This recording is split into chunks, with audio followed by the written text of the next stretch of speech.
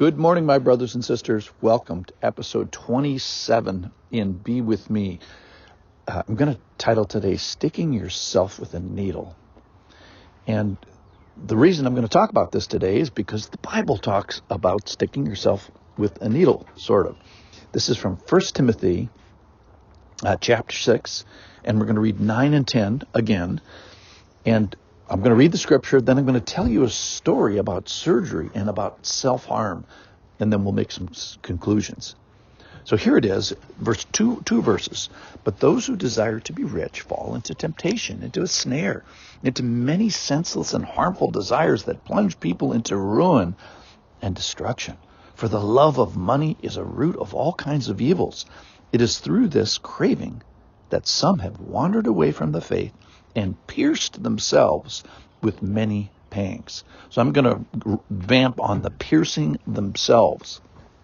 And I'm going to tell you a story about surgery today. Now, I was a surgeon in my career, and surgery is a dangerous thing, particularly for patients. But what nobody thinks about, that's outside of the world of surgery, it's a dangerous thing for the staff. So in a typical operation, at least 3, if not 6 people will, quote unquote, get their hands bloody helping the patients. Now, because hospitals are places for sick people, in other words, that they come in not in the best of shape, patients frequently bring into the hospital diseases that place everybody who's there at risk. So recently we had that with COVID. But the ones I want to talk about today are blood-borne diseases that you can't really see until you cut a person open.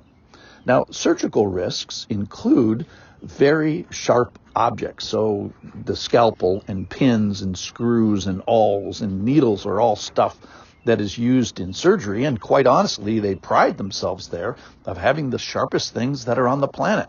So though blood splatter sometimes is a risk, what I want to talk about today is blood inoculation. That is injecting blood.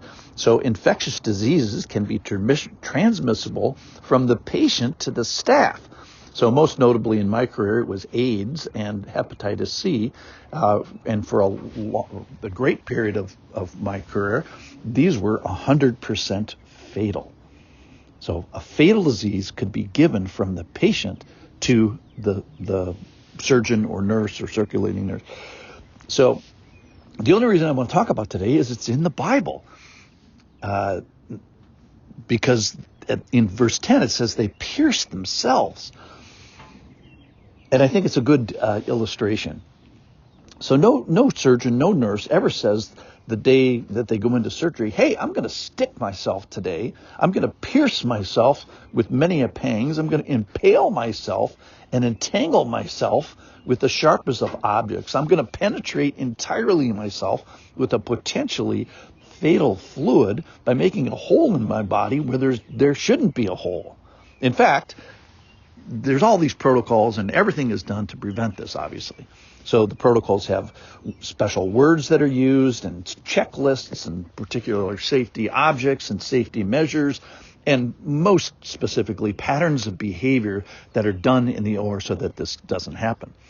But, it's an imperfect place, and there's less experienced people, and sometimes people are tired and all these things. So most surgeons lived in fear, number one, of harming the patient, but also by needle sticks and in harming one's coworkers. So you can hurt your coworkers and colleagues even fatally by doing this part wrong.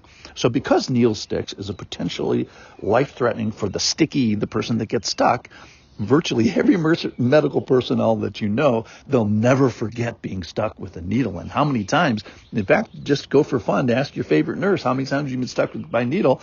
I guarantee you they'll be able to tell you some stories. So here's the secret, which I wanted to get to today, is that though other people may place you at risk in the operating room, by far the greatest risk that you face in the operating room is from yourself. The vast majority of needle sticks are from yourself. They are self-inflicted harm. You stick yourself, you pierce yourself, just like it says in Scripture today, with something that is potentially fatal to you just like it says in the scripture, and I couldn't resist the illustration. So, for the love of money is a root of all kinds of evils. It is through this craving that some have wandered away from the faith and pierced themselves with many a pang. So this desire to be rich, it's the love of money, it's the craving, it's the aspiration for it. It means to stretch out your hand for it. And then so let's say you get it. Let's say you stretch out your hand for riches and you achieve it. Well, just remember, verse 7 says, for we brought nothing into the world and we cannot take anything out of the world. It's talking about money there and riches. So it's, the currency, our currency here has no currency in the next world. We're going to leave it all behind. The joke is about the dead guy. So how much did he leave? And the answer is, of course, he left everything. Like everybody. Everybody leaves everything. All right, so I'm not saying don't work hard. Colossians 3:23 says, whatever you do, work heartily as for the Lord and not for mind. So the problem here, the ultimate problem that's being discussed is what are you setting your mind to and setting your hand to do, ultimately desiring the wrong thing. What I am saying is don't surgically shipwreck yourself by a self-inflicted wound. You can wound yourself by this craving that should not be craved. So the teaching point is like we do in surgery, let's do everything to prevent this. Let's be aware of it. That's number one. Then let's make a pattern of decisions, use our mind, and then do patterns of behavior and do things that we strategize so that we never do end up like this, with maybe generosity and with giving. So let's be careful of the desires to be rich. Let's be careful of the craving that caused some to wander away from the faith, which, could be a spiritually fatal thing, and pierce themselves with many pangs. Let's avoid the self-inflicted wound of the love of money. Thanks for listening.